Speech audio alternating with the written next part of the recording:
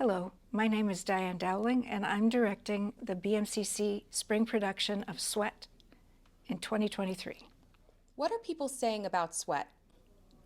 Oh, that it's amazing, that it's gut-wrenching, it's exciting, insightful, and about real people. Some of my students who've read the play have said how taken they are by it and that they'd never read a play about factory workers before, and that there are all kinds of things in it that they can relate to.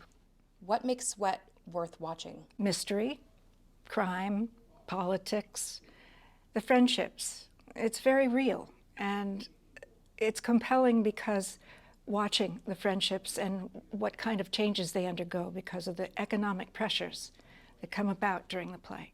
So tell us, what is Sweat about?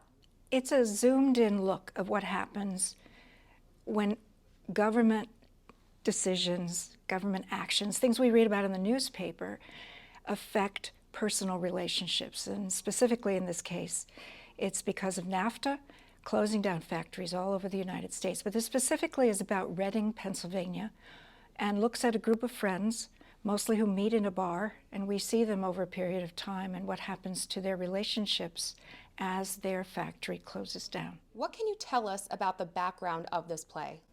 It's fascinating to me because I love the way different elements come together to make a really exciting theatrical experience. You never know where something artistic is going to start.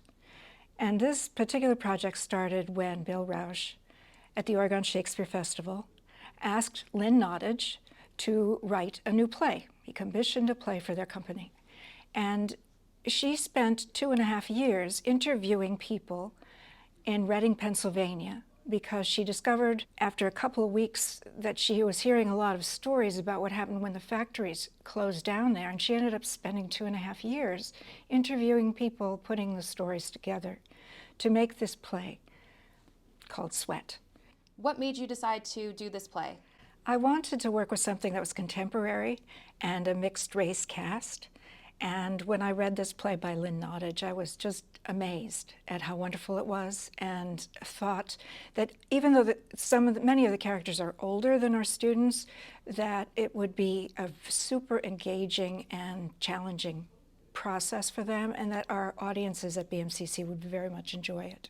Did you find that the students had difficulty in playing characters so much older than them and characters that are completely different than them? These are city kids who are playing rural Pennsylvanian factory workers.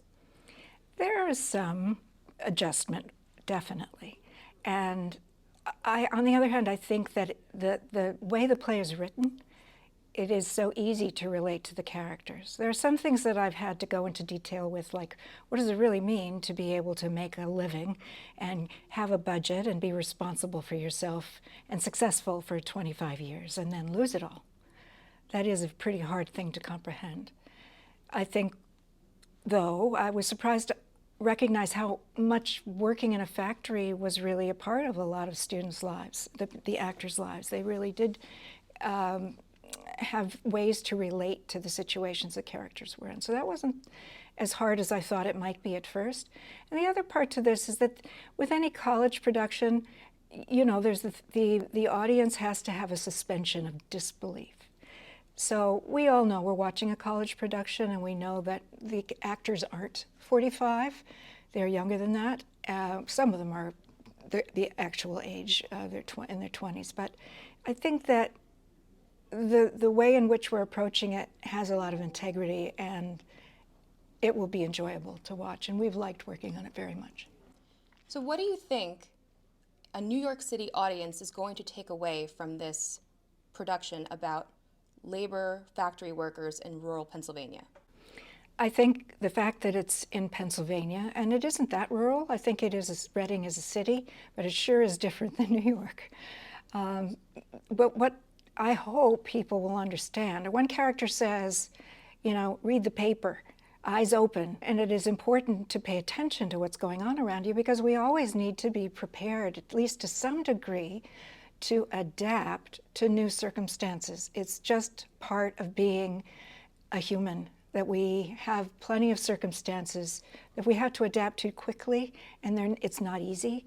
A lot of drama is about that we watch plays, we watch television and movies to watch characters adapting to difficult circumstances because we want to know better how to do it. Do you think that the audience, after viewing Sweat, will leave feeling hopeful or pessimistic about the future? That's a really good question.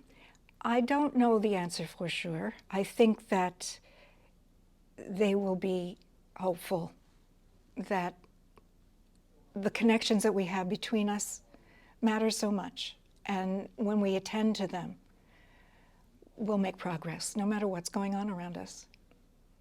Thank you for taking the time to speak to us today about Sweat, but could you just tell us one more thing? Reading, Pennsylvania really is the Reading Railroad in Monopoly, and everyone has been saying it incorrectly their entire lives as the Reading Railroad, correct? Is that true? That is true. It is Reading. And we have to work on that with the actors a lot, but they're all good with it now.